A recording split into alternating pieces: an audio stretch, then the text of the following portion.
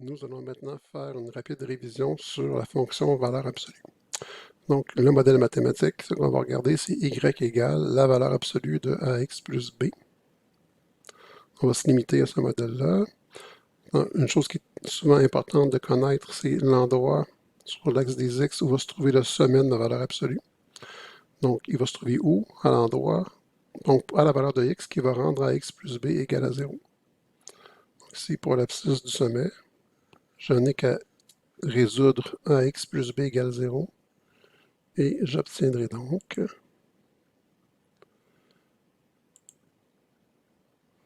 si je dois résoudre ax plus b égale 0,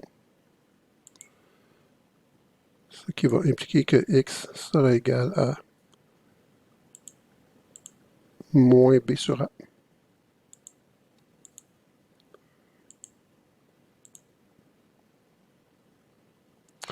D'accord. Donc, une chose qui est importante de se rappeler ou de connaître, c'est que la racine carrée d'une fonction mise au carré, en fait, ici, c'est identiquement égal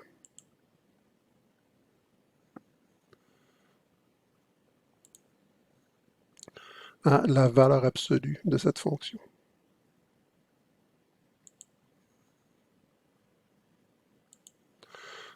Ici, en l'occurrence, à la valeur absolue de f de x.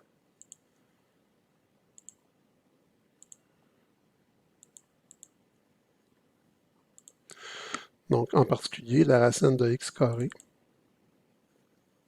ce sera identiquement égal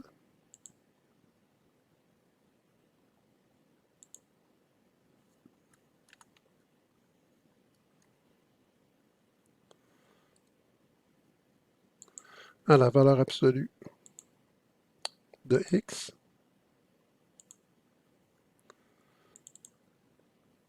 mais si on se rappelle la définition d'une valeur absolue, alors la valeur absolue de x, c'est une fonction définie par partie, d'une certaine façon.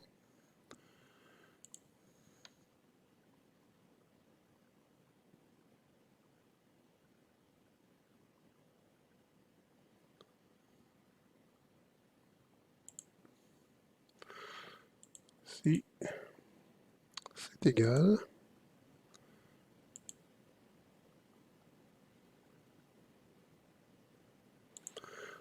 à moins x. Si x est négatif, et à x si x est plus grand ou égal à 0.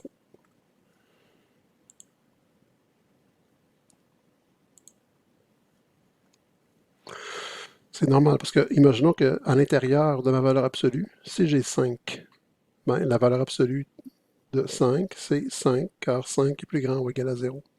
Mais si ce que j'ai à la place du x est moins 5, comment rendre la valeur d'une valeur absolue positive?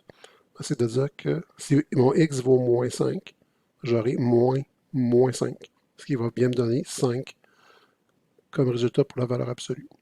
Et c'est ce qui nous permet de résoudre des équations contenant des valeurs absolues. Donc, si on veut résoudre 2 fois la valeur absolue de x moins 4 plus 3 égale 13,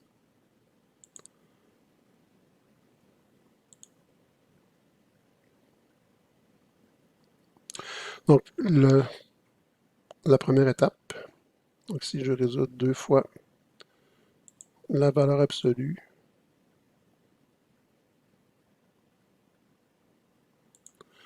de x moins 4 plus 3 égale 13, il faut que j'isole la valeur absolue de côté de l'équation.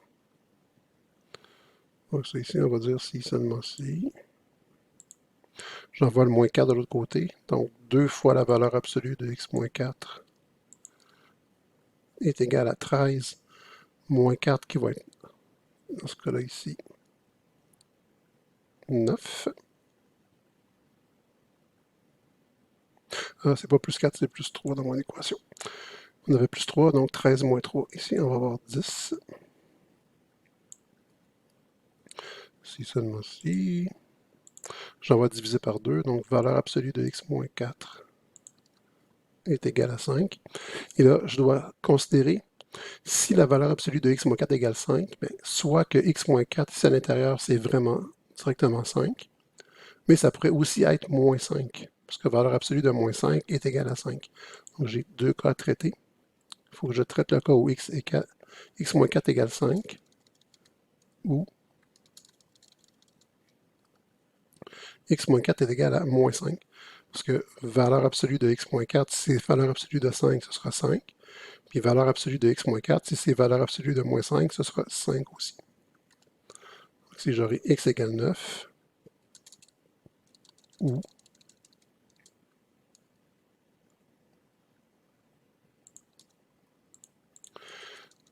si x égale moins 5 plus 4, qui sera moins 1. Puis on peut toujours aller revalider dans l'équation initiale. Donc ici, si on remplace par 9, 9 moins 4, ça fait 5. Valeur absolue de 5, c'est 5 fois 2, 10 plus 3, 13. Puis, avec cette solution-là, moins 1, moins 4, moins 5. Valeur absolue de moins 5, c'est 5. 5 fois 4, 10 plus 3, 13.